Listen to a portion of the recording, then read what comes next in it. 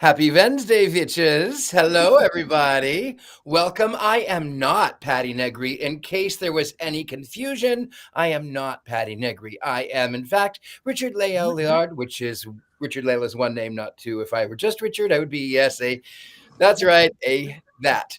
Welcome to Witches Movie Coven, where witches talk about witchcraft in film and in cinematography and in musicals and just all around witchy entertainment. As I aforementioned, I am one of your hosts, but let us welcome back Ms. Courtney Buckley. Welcome back. Woohoo! Hey, I'm back again after another hiatus. Sorry, guys, I missed you. But here I am, Ghost Bait on Scared and Alone. It is October. It is almost Halloween, aka the best night of the year. So I'm very excited to spend this Wednesday before celebrating Halloween with my coven and my chat coven and everyone else. So let's get ready to rock and roll. And the ever so lovely Heather Green. Hi, I am Heather Green. I'm the author of Lights, Camera, Witchcraft, a critical history of witches in American film and television. I am a member of this coven. I am an editor at Llewellyn Worldwide, working with so many wonderful witchcraft authors, some of whom are in our coven.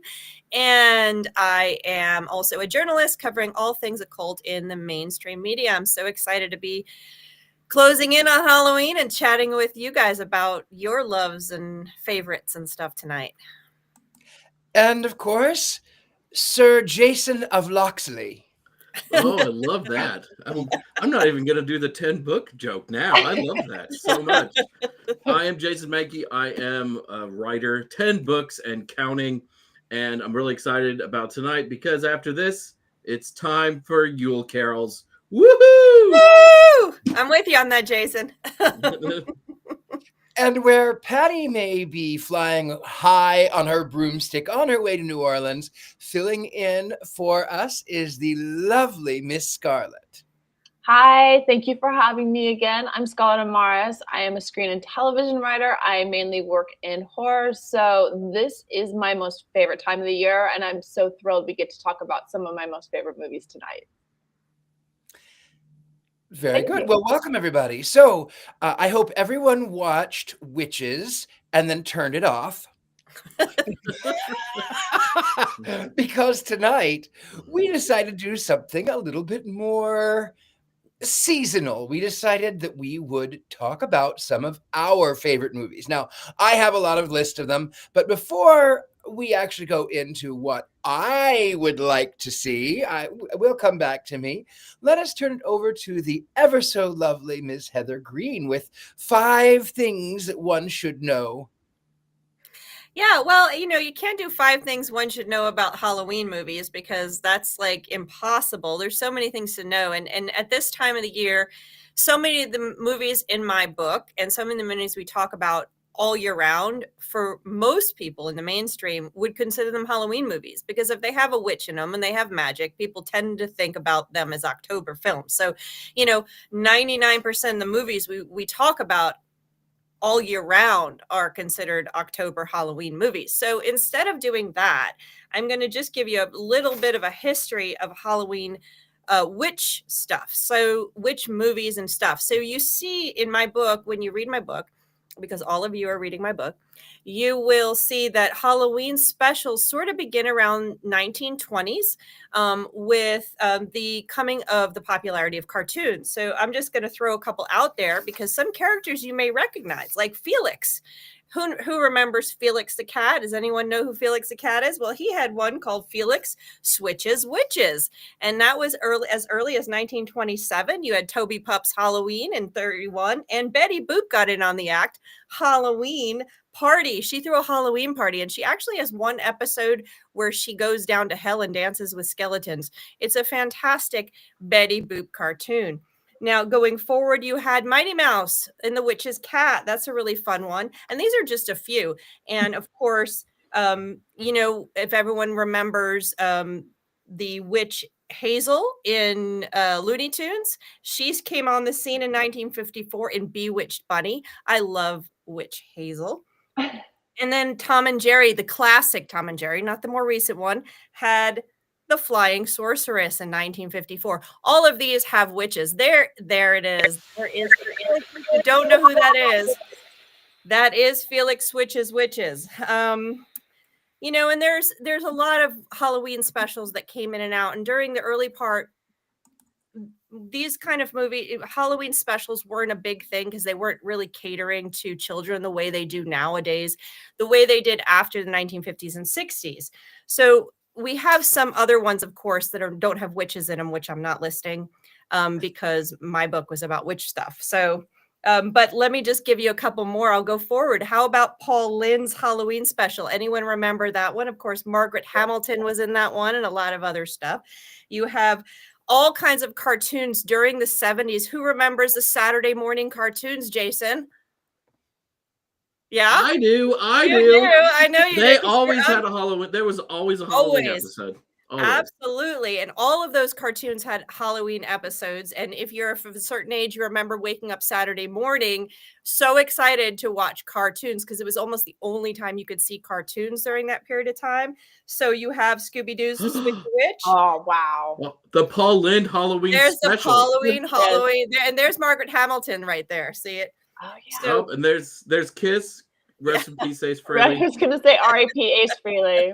Yeah. So you had like during that period of time, you had Super Friends, had the Witches Arcade, you had the Halloween that almost wasn't, which actually was an evening Halloween special, similar to what we'd seen with cartoons, of course, The Great Pumpkin, Charlie Brown. And that was all during that period of time, the 70s. Oh, and you had Starsky and Hutch had a Halloween special called Satan's Witches.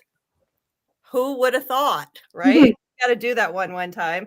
And then going into the 80s, I don't know if anyone remembers this Hug a Bunch. They had a Halloween special. You do. Richard Lale remembers a Hug a Bunch. They had one. You had the Great Bear Scare. Smurfs had a couple of Halloween specials, one of which, interestingly, because you know they were druids or something with druids in the Smurfs, they had a special called All Hallows Eve. I don't know if anyone remembers that one. I remember that one. That was about the time that I was allowed to watch the Smurfs, and then the Satanic Panic happened, and then I was no longer allowed to watch the Smurfs because they were swamp demons. Let me tell you, an hour and a half of the Smurfs. That's probably fair, though. You know, this is the only time your mother and I might have agreed. Swamp demons. Well, let me tell you, I always looked forward to my hour and a half of Smurfs to end my Saturday morning cartoons as a child. So I had all the little Smurf stuff. We're going to get to the 90s here, Courtney. Hold on a second. Hey, I watched cartoons in the 80s too. I remember the Smurfs. What, for 1 year? More than one. So let's get into the 90s now. We had who remembers the Animaniacs? They had a special called Which One? Sylvester and Tweety Mysteries, which I never watched, had one called Autumn's Leaving. And of course, The Simpsons had multiple specials throughout the 90s and 2000s. The best, not the best, because I like rednecks and broomsticks as well, but Easy Bake Coven was a 90s special, and that was absolutely perfect. And I think we did a group we did a coven on that. You also had something called Spooky Bats and Scaredy Cats in 2009. Courtney remembers that one? No, I just like the name of it. Okay, well, you know, that was in 2009. We're getting close to now. And you had a lot of Halloween specials. A lot of the TV shows that I talk about especially in the 2000s, were Halloween specials. Anytime there was a show that had a witch on it, it typically was something that was aired during the week of Halloween, whether it was Law and Order or Bones or any of those. They all did Halloween specials, especially in the 2000s, and, you know, other ones as well. There's a great way. Boston Legal does a fantastic Halloween special where the main characters all wind up dressed in costumes. It's hysterical. You have Silk Stockings, which I never watched the show, but I did see the episode. It's called It's a Great Pumpkin Harry. I don't know if anyone watched that show, but they did one, and that's a similar type of thing. Alvin and the Chipmunks, of course. So, and you go on and on and on, and we get into today. There's Mickey's Villains, and the Mickey Mouse had one. Anytime there was a witch there was a Halloween special typically. So ending on that, I'm going to go do one other thing that's near and dear to my heart. And I want to move away from movies for a second, because we just spend way too much time with movies and not enough time with show tunes and musicals on stage. So everybody go running off now. I'm gonna step out for a moment. So I'm going to give you my top five musicals to watch at this time of year that I have watched and that I know about. Now there are other ones, but these are the ones I rank. Number 5, going from lowest to the absolute needed. Jekyll and Hyde. I saw it on stage. I don't remember a single song, but it's a good one for this time of year. People like it. 4, Sweeney Todd. There's a musical version. You must see it. Johnny Depp, Alan Rickman, Helen Bonham Carter. Absolutely, Sweeney Todd. Phantom of the Opera. Gotta do it. I can sing the whole show if anyone's interested. That'll be a different show, Courtney. Of course, 3 Beetlejuice, number 2. Absolutely. I can sing the whole show if anyone. I can't sing that one. That's on you. That's for the show. You'll sing that one. And number 1, Little Shop of Horrors. Rick Moranis is in the movie. You can watch it. I have that as number 1, and I have 2 little seconds, honorable mentions. Into the Woods, because the witch in that is phenomenal. They did a movie of it. I saw it on Broadway as well as the movie. It's very good. There's a witch. It's a good for this time of year, although I don't count it as a Halloween movie. And the other one is Fiddler on the Roof, and everyone's going, why is Fiddler on the Roof good for this time of year? And if you don't know, then I urge you to watch it, because the dream sequence where all of the people are dead and all the spirits come out and they give him messages in dreams is Halloween. It scared me as a child, and I can sing the whole musical. So there you go, everybody. That's I might add 2 more musicals to your list. Yes, go ahead. One is kind of expected. The Addams Family musical. Of course. And Charlie and the Chocolate Factory. Yeah, see, I don't count those as musicals, stage musicals. So yes, but you're correct, and also your favorite. You know, there are, with the Addams Family musical, there are things that I love about it and a lot that I hate about it. But the spirit I love a lot, and I do love music. I have 2 to add to the list. Last year around this time, I took Nathan to see Evil Dead the musical, which was great. And then this year, I took him to see Saw the musical, which was even better. So, and they Are both these officially licensed productions? No, they're unofficial and they're fantastic. They both include splash zones. So in Evil Dead the musical, I got covered in red Kool-Aid, so that was great. And then Saw, they used actual fake blood, but they oversold the splash zone. It was like one little thing of blood, but it was the being locked in the bathroom scene where he cuts off his foot, but gay and musical. I was literally, I think I might have made the characters like break character, because I was sitting in the front row and they would do something, I'd be like, oh, and then they'd laugh.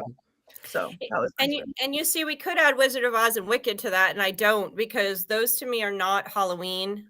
They have witches in them, but then you have the problem with anything with a witch to mainstream is a Halloween. But for us, it's different, and for me, it's different. I won't add those. Same as Rocky Horror Picture. I don't consider that a this time of year type of musical. I mean, also with the Wizard of Oz, they show it at Thanksgiving on cable. I was just gonna, pretty religiously. So to me, it's a Thanksgiving movie. And the fact that the Wicked movies both have come out, well, it's going to come out near Thanksgiving, is proof that I'm correct. I mean, I'm usually correct, but here we know again that I'm correct. I'm going to leave that one alone.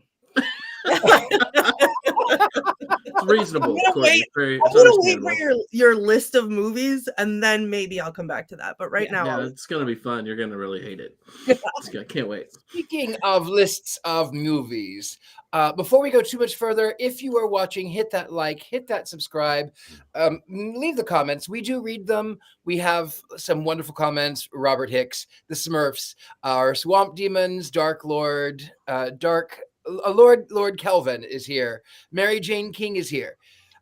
So we do read those comments. We would love to. We love them more. Also, you can go right over here to that. If you would like to sleep with me, you can get a pillow. I do. Yeah, I do it. I have one. It's much less expensive than you think. Truly. Some are more affordable than others. I mean, you can wear Heather Green's. What is the shirt? I didn't mind it. You could wear that. You can find hoodies. You can find Jason Mankey things. Bro-witch materials. Bro-witch. Bro-witch material. You can always find us there.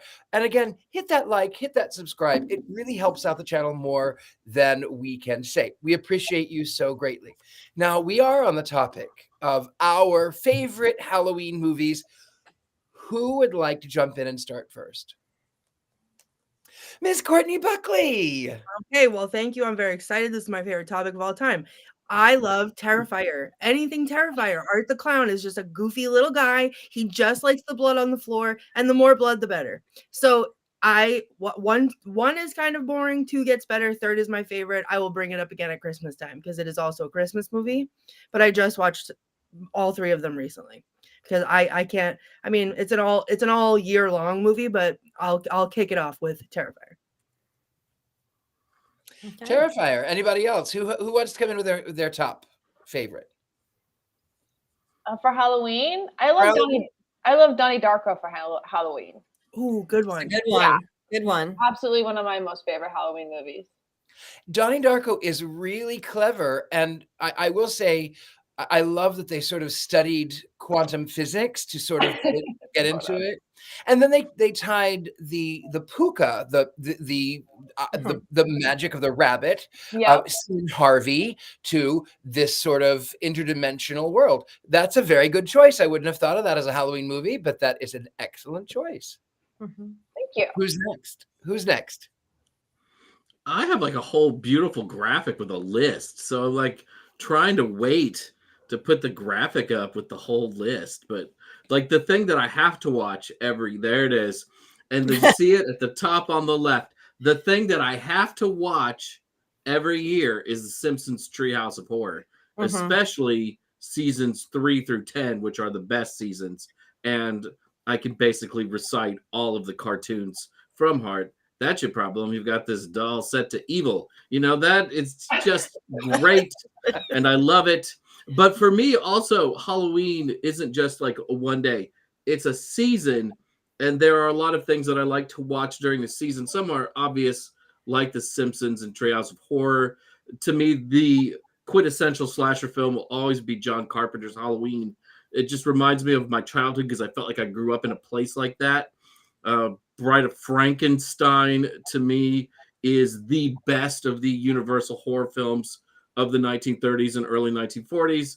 And it's just weird. And I like to carve pumpkins while watching Bride of Frankenstein every year. It's just a great film. It's only 70 minutes if you've never seen it before. And then there are a couple of Halloween specials. Great Pumpkin doesn't really hold up, but I watch it anyways.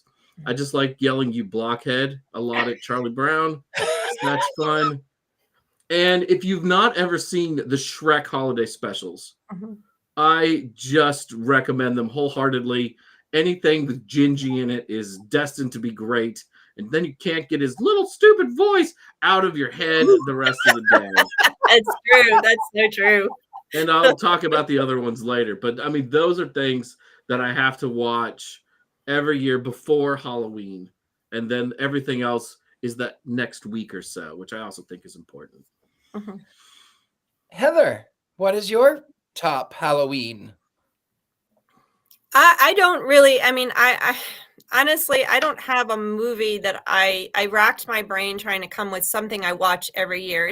This is not like the Yuletide season where there's something I watch every year, because I'm watching witch films and horror. What films?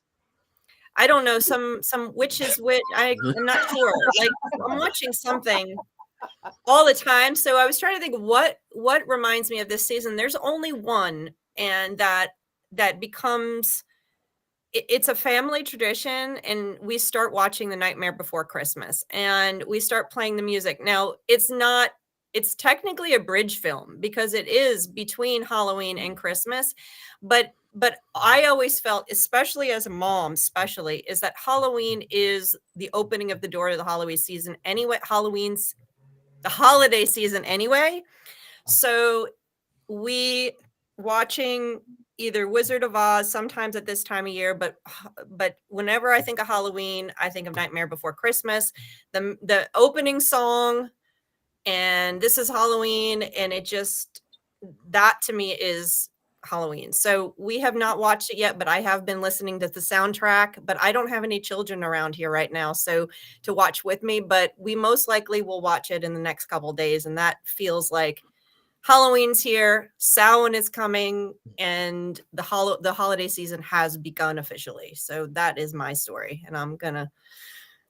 And oh, someone said Dracula. I wanted to bring that up. That's a really good one. I love Dracula. I was in like Dracula. the Spanish one better. Yes, Richard Lale's correct. The Spanish one is the superior of the two Draculas, filmed on the same sets, but not filmed as a play, more filmed as a movie. It's just better filmed. But of course, Bela Lugosi as Dracula cannot be topped. No. They're both classic in their own way. Christopher Lee gives him a run for his money. Yeah.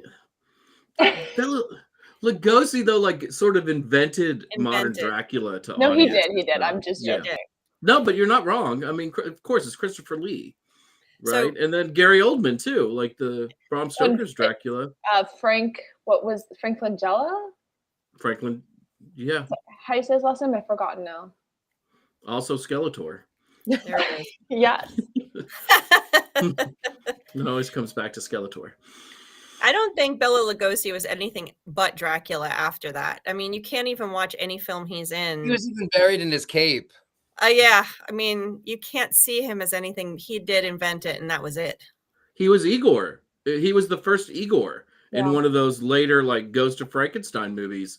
And what we think of as Igor, that character, is also Bela Lugosi. I might be a little nerdy about some of this. Blah. I never. Yeah, he also played Frankenstein once too. He did. He's in a movie called White Zombie in the 1930s. It's the very first true zombie film, and he's supposed to be a witch doctor in Haiti type.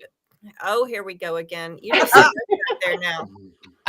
He's supposed to be a magical person in Haiti, and he's too Dracula. I'm like, I can't even with you. You kind of have to. It's film is problematic in a lot of ways, but Bela Lugosi is Dracula playing a magical voodoo something or other. Yeah, that makes complete sense to all of us. Yeah, none at all. It's problematic. I have a couple of films that I have to watch every year, and they may surprise you. I know what you're thinking, and I'm going to tell you, it's not what you're thinking. Monster Club with Vincent Price. I love Monster Club. Love Monster Club. Vincent Price plays a vampire, and basically he tells the story of all of these ghouls, and then he does this phenomenal rendition of the Monster Mash. Brilliant. Followed by The Old Dark House, which is another one that I really, really love.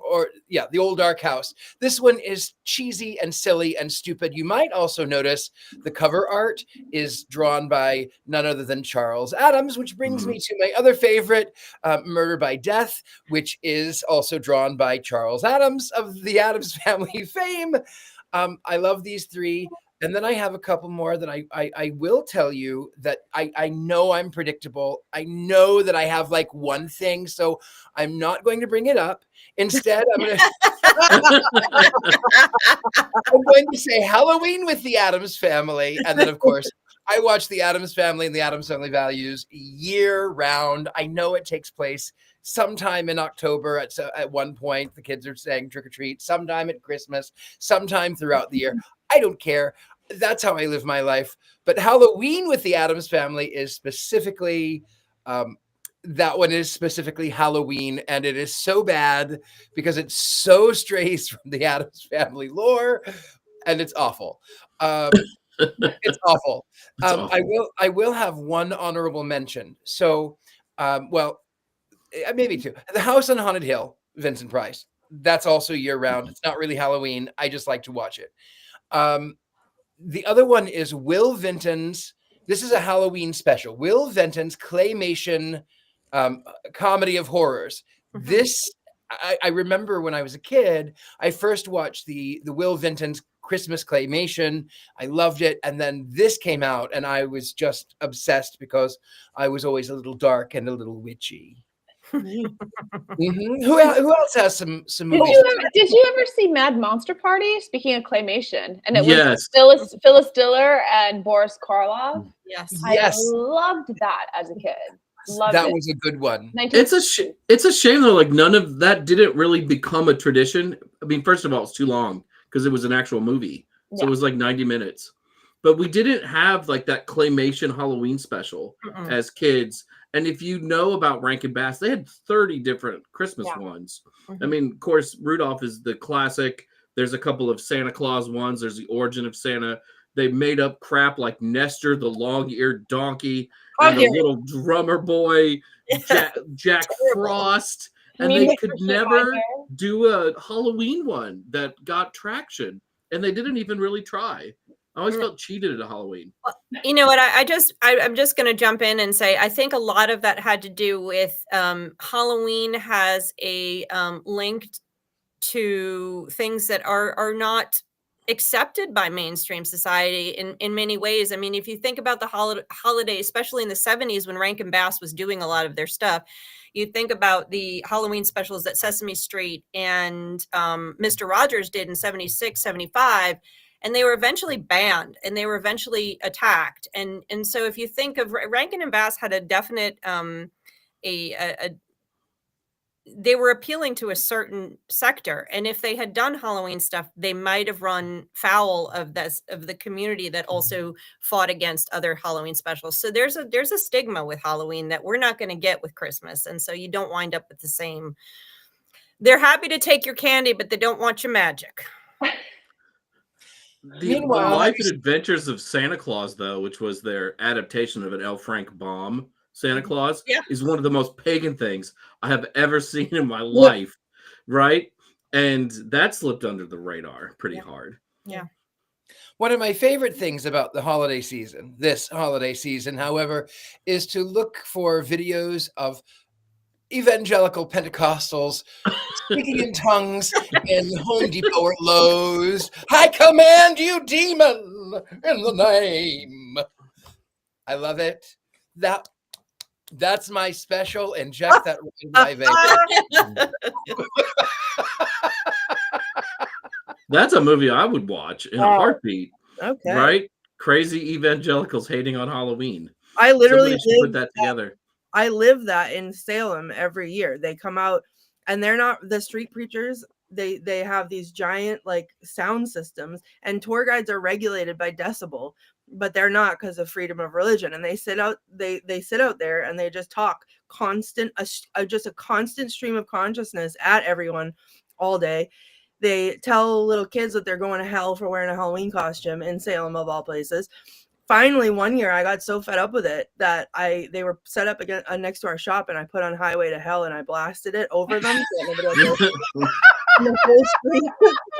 The whole street started singing along, and then there's a guy that dresses up as Satan, and he holds a sign that says "Free hugs from Satan." And he parked himself in front with his little sign, and he was giving people hugs while I was blasting Highway to Hell. It was, it was a community. We got together as a community to tell them to, beat it. So that was awesome. Fun. I have more. Yeah. I have some that are really important to me that I watch every year. But again, because I'm busy in Salem, this being my favorite time of year, and my favorite season, and Halloween being my favorite day, I don't get to enjoy it like I want to. So come November 1st, which is my surrogate favorite month, I start watching the things that I want to pay attention to all month long in October. So to start off what I call binge watching season, I have to cleanse the palate, get something in there that glues me to the TV so then I can start watching all the things that I missed. And every year I watch Haunting of Hill House since it's come out, because it's Just literally watch it. one of, like, I can't, it's the best TV series I've ever seen. I see new things in it every time I watch it. I understand things differently every time I watch it. I think it's great. I'm going And to pause you because on my birthday, we're going to do the original 1963, The Haunting. right. You should I'm read very- the book by Matheson too. It's fantastic. It's really, the book is really good. I had the what is it? The Shirley Jackson Haunting of Hill House. Oh yeah. I did not own that ever. And I moved, and I was moving boxes back and forth, and I came in my house. This is the house I live in now. I came in my house, and on the top of the stack of boxes was Haunting of Hill House by Shirley Jackson. And it wasn't mine, and I don't know how it got there, and I don't know where it is now. It went away. But anyway, I love that show. And then there's the Blackwell Ghost series, which is a series of like mockumentary movies. I don't know if anybody's seen them. I think the first one is free on Amazon Prime. I own all of them. I actually rented, I think when I started watching them, there was 4. I rented them all in one night, and I liked them so much I called Amazon the next day and I was like, can I just like pay the difference so I can buy them, because I want to watch them so many more times? And the guy was nice enough to like refund me my money. And he's like, you have to promise you're going to buy them right now, or else like I'll be in trouble. And I was like, I'm buying them. So now every time they announce a new one, I buy it immediately before even reading anything about it. I think they're up to like 7 or 8. And the first 2 are interesting and cool. Not my favorite ones. The story changes, same guy, but it's a different like haunting afterwards. And the story of the second haunting is like, I can't get enough of it. I had to join a Facebook group. Oh my God, I can't talk about Facebook. I had to join a Facebook group. I'm just too excited. I had to join a Facebook group to figure out whether or not this was actually fake. Like, it sounds so real, or like I want it to be real. So I literally have to read strangers being like, you're an idiot, this is fake, very clearly, to be like, okay, I guess. And then of course Practical Magic, because I love Practical Magic. I will usually find time at some point in October to watch it. That's my like hot cider movie, like feels like a warm hug. And it's definitely like, whatever little way I can find to celebrate this month without, having to work. That's how I'll do it, is Practical Magic. Nice. I have a bunch of others, but I'll leave it at that for now. Who else has some movies? Look at that list. Yeah. I have a few more that I watch every year. I always watch Flatliners, and it's because I grew up in Chicago. And so it is a Halloween movie set in Chicago. And like, this is the time of year that I miss Chicago and the turning of the seasons. So I always watch that one. And The Crow too. Yeah. The Crow is a Halloween movie. So I watch that every year. And then I always hit like my Italian horror films. So I always have to watch Kill Baby Kill and Lisa and the Devil, and then I'll watch Curse of the Demon, and I'll go to like Bucket of Blood and House of Wax, and like start to just like do one after another, because this is the time of year for it. So it's great to hit all the classics. And Vincent Price is he is October. I mean, we call him Saint Vincent. If you have not heard his rendition of Monster Mash, I highly suggest you look it up. I portrayed him many years ago. I don't have any photos of him, but I portrayed him in October. I didn't have this part, but I painted myself to look a little bit old, and I put in blue contact lenses, and I did my best at his voice. And so I actually sang live Monster Mash. And what I love about this rendition is that Vincent Price was so secure in his horror chops that he didn't do the Bela Lugosi voice when Dracula opens the lid and shakes his fist and said, whatever happened to my Transylvania twist? He used his own very dark, very raspy Vincent Price voice. Brilliant. He is Halloween. He is Halloween. Yeah. He's October. I'm going to add The Last Keepers to this conversation, which is something that I don't watch, but I always recommend because people don't know this film. It's one of the most positive spins on pagan practice, with with the fantasy aspects of it. But I believe it takes place in October, and they do a autumn ritual halfway through or part of the way through with the families. So that's another one, and it's not been obviously a tradition, and because I discovered it only more recently in the last 5 or 6 years. But that's a good one if you want another feel good, like Practical Magic. You want another feel good family pagan-y fun magical movie, The Last Keepers. I think that's a 2015 movie. Yeah, we did that on the Coven, and it just came up in my memories because I took a picture of it while I was watching it, and I was like, oh my god, it's love, it's so beautiful. It is. It's so sweet. It's such a sweet movie. It's very cute. I have one that I do. I'm sorry. Go ahead. No, go ahead, Richard. Though. I was going to say I have one that I do watch. It is my guilty pleasure. I oftentimes will take it upon myself to actually read it live. Ray Bradbury's The Halloween Tree. Aww. And I tell you, every time that the little boy comes to the point where he's so close to being brought back to life, and every time something happens and he gets whisked away, I melt like the Wicked Witch that I am. I cry, and I just love it. Of course, you can find the version with Leonard Nimoy. If you can read the book, I always suggest read the book first. Always read the book. Always, always, always read the book. The Halloween Tree is specifically Halloween, and it is specifically, it makes me cry. And Something Wicked This Way Comes just hit streaming too, speaking of Ray Bradbury, which is also fantastic. Fantastic. The moment the Halloween Tree, though, hits public domain, there will probably be a team-up film between the Killing Tree and the Halloween Tree just for Courtney Buckley. I will fund it myself. Take all my money. I will star in it for free. You don't have to pay me. It will just be, I'm on board. And then next it'll go to Broadway. As it should. As it should. The Killing Tree, the musical. Where's my map? I can't read it. The map. Courtney will pay extra to sit in the splash zone while the killing. As I do every time.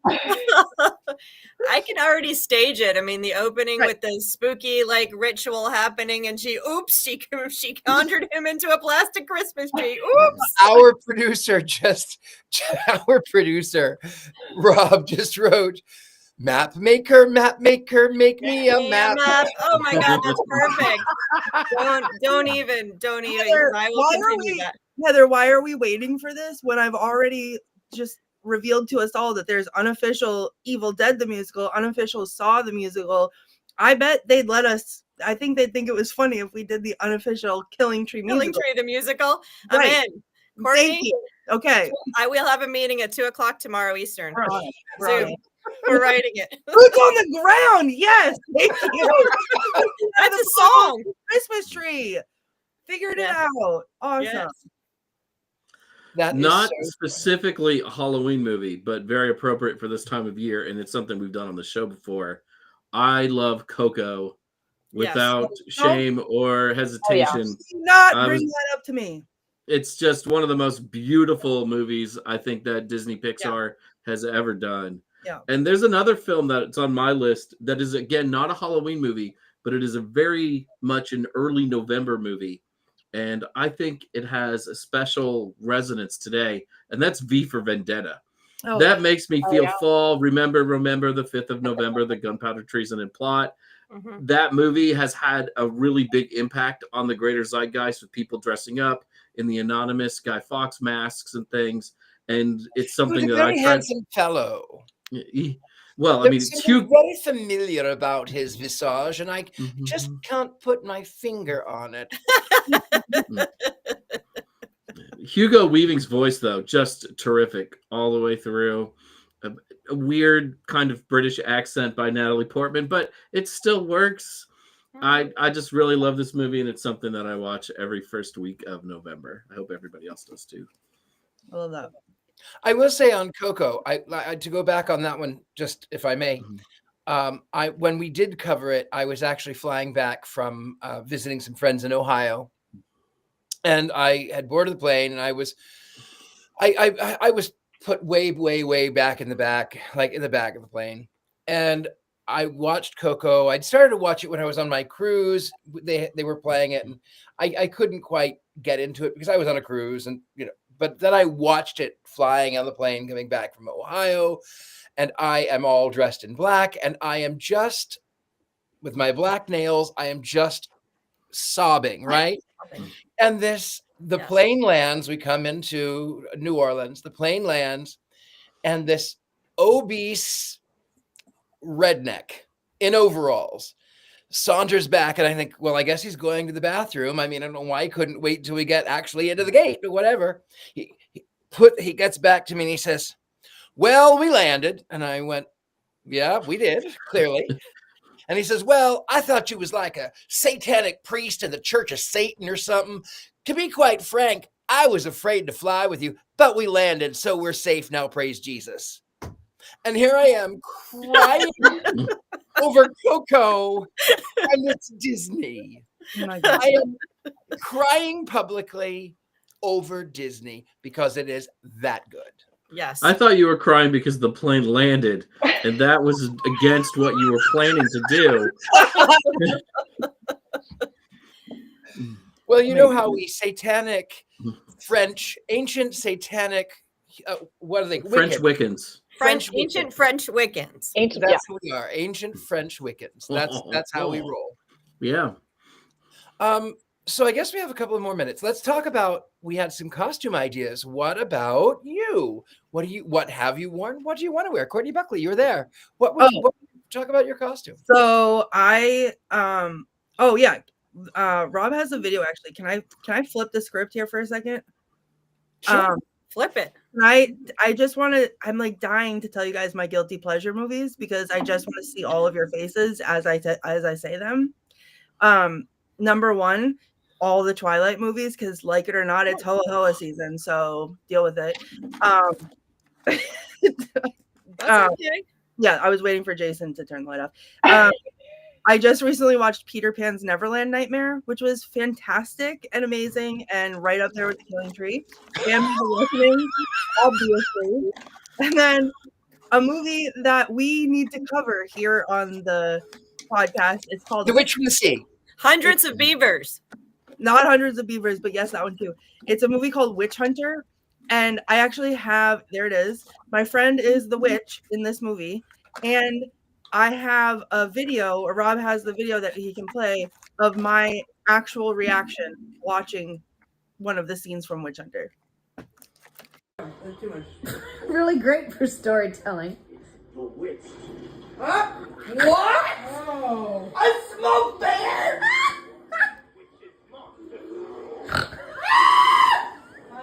That really looks out of place.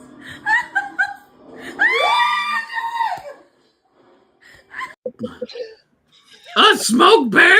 So at some point during that, I scream, "He's my soulmate, bring him back." But, yeah. That's the t-shirt, a smoke bear.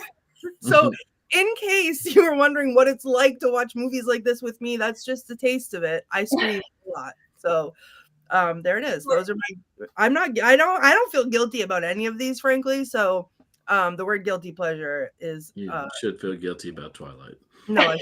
You should. No. And that's The Skin of a Killer Bell. Let's stop talking. It's terrible. Terrible. How about your costumes? Oh, Yeah. Flip the script back. sorry. My costume this year, we had a mad scientist day because I'm cheap and I don't want to go out and buy a new costume. I'm wearing it to school on Friday.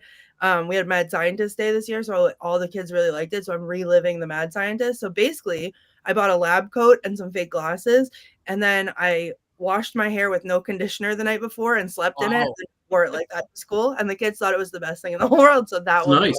This is good. I like it. Better than Twilight. Oh, that's me. That's me as Professor Trelawney. I can tell 50 years ago. My child was Ginny. All the other little girls, all the friends were Hermione, and my child wanted to be Ginny. Of course, they look exactly the same, but so be it. And I dressed as Trelawney. That was my. I don't. Yeah. Well done. I mean, I like the big glasses on you. They're kind of fun. Yeah, it could be a new look all the time. Yeah. I got some. Both of us. I mean, I wear them. They don't even have lenses in them, and I wear them. Did you guys? I got mine at Halloween, which is also where I. Oh no, mine do. But I got Mine mine at Halloween. You know, where I shop for my home decor every year. Perfect. How about you, Miss Scarlett? What about your costumes? I usually go to a party. A friend of mine has a castle nearby, so I usually just play like vampy castle denizen. Like it's like that's like that far from like normal life, but I just play it up a little bit more. That's usually what I do for Halloween. But I'm, like I think pretty costume friendly every day, so it's just not that much of a stretch. Jason Menke. I used to have this giant Halloween party at my house when I lived in Michigan. So that was a very competitive Halloween costume environment. And I knew I was never going to win. So I went with other things. This is me at Sparty, the mascot of Michigan State University. That's the best one. It gets more embarrassing from there if Rob runs the other ones. He may not, just to save me from being humiliated and embarrassed. I was a hot dog one year. One of my absolute favorites is being a bee. I love being a bee. I don't know why. Sometimes I just go, ay, ay, ay, because that's the bee guy from The Simpsons. That's a good one. I've been Philip from Terrence and Philip. Put my finger, Philip. And one year I made the mistake of dressing as George W. Bush. Those were simpler times. Oh my God. When I was a kid, I did Dead Jack from Titanic. That was one of my favorites. And also I was Spear Brittany. So I wore the schoolgirl outfit and I had said Spear Brittany and I had scissors coming out of my forehead and blood coming down. It was very with little pigtails. It was very cute. Yeah, nice. I played a lot of characters. I've played Dr. Frankenfurter. I played Willy Wonka. I played Freddie Mercury. That I did pretty well year round. But I will tell you a funny story. There is a Rob. Show me the picture of the one in the suit. I will show that one if you have it. The one with me wearing the black and white striped suit with a thin mustache. Do you have it? No. Yeah. No. Yeah. No. Okay, that's fine. We'll move on. That one, I was playing Gomez Adams because, of course, I was. There I am. I was playing Gomez Adams, of course. But there is a funny story about another one. So years ago, I was living in San Francisco. Now, the picture is post San Francisco. I actually redid the costume, but I was living in San Francisco. Halloween was Saturday. No, Halloween was Friday. Halloween was Thursday. Payday was Friday. And this is embarrassing, but we all grow. I had $6 to my name, which was not much until payday. And then I was like, well, I don't know what I'm going to do. I guess I'm not going to go anywhere. So I got home and there was a $60 check waiting for me. And I went, oh, great, I can go out. Well, I actually wore this costume that's coming up with the crown, Rob. I wore this costume and won $600. So I had a total of $666 because of this costume coming up right about here. In fairness, he's probably watching the baseball game. Dramatic build up for nothing. Okay, so I went as the Emperor's New Clothes. And I put on a powdered wig and a cravat, and I put on a sash, and I put on little lacy underpants. When I redid it, I actually tied a bow in front, and I had what looked digitized over a member. Mm-hmm. So I went as the Emperor's New Clothes down to the club, and I checked my invisible cloak when I entered. And then I walked around all night long telling people they could, of course. There it is.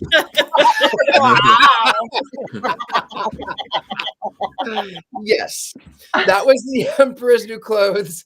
And I walked around all evening long telling people they could touch my garments and tell me how beautiful that they were. And even Marie Antoinette said, why are you naked? And I said, I should have you beheaded for such insolence. And then I went back after I won and I retrieved my said invisible cloak. And I said, that rag is not the royal cloak in which I arrived in. And she went, all right, all right, all right. And she hands me again nothing. And I said, you have soiled it. I should have you beheaded. And she went, I should never mind. So yeah, that was I still do it once in a while. That's my Halloween costume. Do we have any movie quotes? I know it's kind of a weird thing, but No.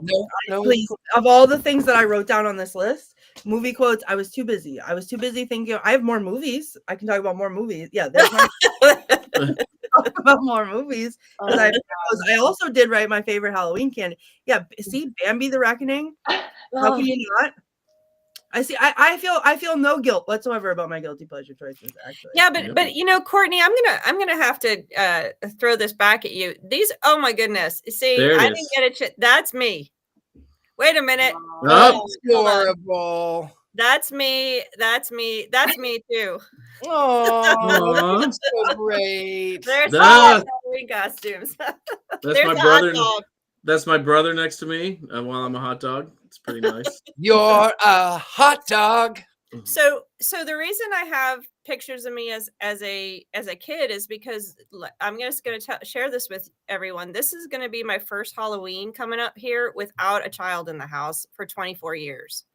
And every year for the last 24 years, I have spent time focusing on Halloween for them. Samhain is for me. Samhain is spiritual. We do tarot readings. We do the spiritual stuff. Halloween was for my kids, was for fun. We had little Halloween parties. I never really had that much time to focus on costumes. Any costumes of me are from non-Halloween, Dragon Con, karaoke parties, whatever was going on. So I couldn't find one other than the one where I'm Professor Trelawney, but most of my costumes have been little people costumes for my kids. And I've had so much fun and so much joy over the years making costumes for them. So the only picture, when we went in pictures, there's my Batgirl Super Friends costume with the 80s mask. Those were horrifying, really, weren't they? I mean, yeah, that made Yeah. I never had a plastic. Did you guys ever have the plastic ones? Yeah. The plastic And they would costumes? cut I you. had those with the mask. Yeah. And you'd sweat and they'd cut you. Yeah. Yeah. When I was a kid, I lived in Lynn, which for anyone that knows anything about around here was not a great safe place to go trick-or-treating. I would have the best costumes. Like I was a Velociraptor one year and I had a movie quality Velociraptor mask that I would wear to play pretend around my house. But I would have like the best costume every year. And then all of a sudden I would be sick. They would tell me I was sick and I couldn't go trick-or-treating. So I like never went trick-or-treating. But this is one of my favorite memories of my childhood. I wasn't allowed to answer the door for the trick-or-treaters, but once a night on Halloween, the doorbell would ring and my family would say, that's for you. Go get it. Go answer the door. And I'd run to the door and I'd open the door and there'd be a basket filled with candy and like toys and stuff. And it would be from the Great Pumpkin. So I always felt so special because the Great Pumpkin would come to my house. So when I was older and I found out the truth about certain things, no one told me about that. So I mourned other things for like 3 full days. And then the realization dawned on me about the Great Pumpkin and that crushed me to no end. And I didn't speak to my family for because the Great Pumpkin. And that's how we ended up with the Courtney we have today. Right, now I'm vicious. I'm a monster, and it's from that trauma. All the hexes come from the Great Pumpkin disappointment. Exactly. It was so upsetting. Right. I like Tori's favorite scary movie quote. They're coming to get you, Barbara. That one is a really good one. Any other costumes? Any other things? I did do a moment. Did you do a moment? I did, because our producer sent us our usual promotional materials, and it said that we were still doing all of our bits. So I was like, I'll write something stupid. A movie Menke moment. Movie moment. This is more of a Halloween moment, because if you are familiar with this time of year, you know that there's a lot of nonsense that is said and done around Halloween. I'm a chronicler of holidays. This is one of my books. It's got lots of history of holidays in it. It's one of the 10 that I've written. Some of the things, though, that people say around this particular holiday just annoy me greatly. And because we aren't doing a specific movie, I'm going to make fun of some of those things that bother me. And I hope that they bother you too. Let's start with a big pet peeve. Sam Hain. It's not Sam Hain, you dingleberry. It's Samhain. Even worse is when people say there was a deity named Samhain. Seriously, I've read that in newspapers. The ancient Celts worshipped a figure named Samhain or perhaps Sam Hain at the end of October.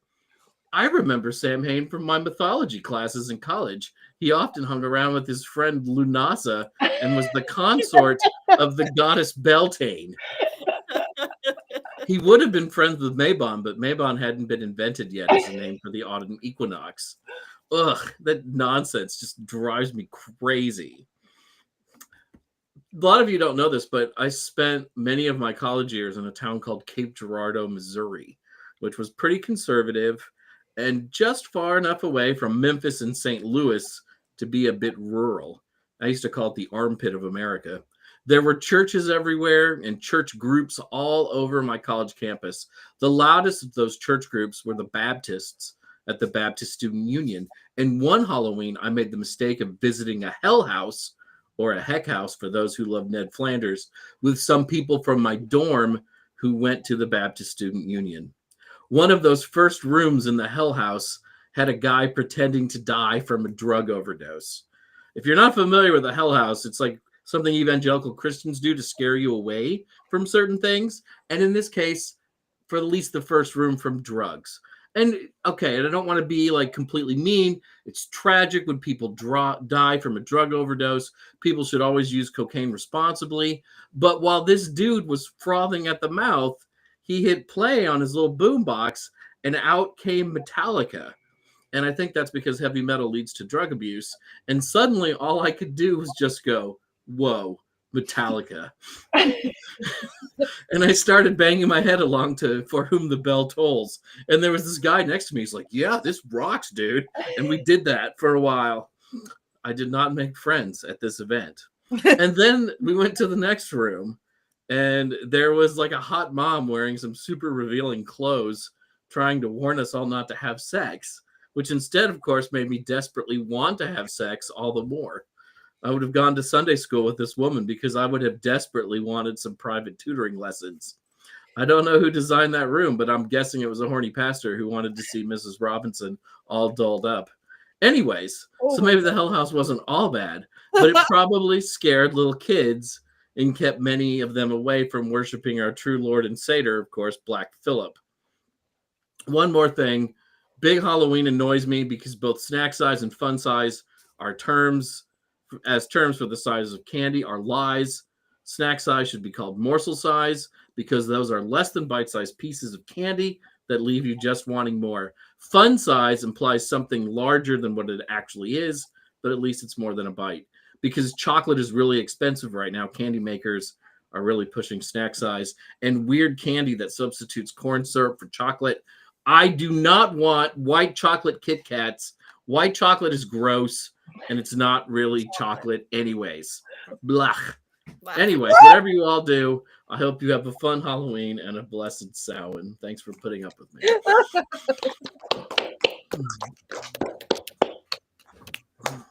I have to admit something. I really have to admit something really dark. I like candied corn. So do I, Richard Lau. I really like it. I'm with you, Richard Lau. It's so awful, and I love it. Me too. It's my favorite Halloween treat. I love it. So why don't you just chew on a candle? Just go chew on a candle, because that's what that is. No. You probably like those little gross pumpkins too. No. I do. I do like those little gross pumpkins. Yeah. Were you one of the only kids who liked the orange and black wrapped peanut butter candy? Yes. Yes. I liked those. Oh, those were the worst. Gross.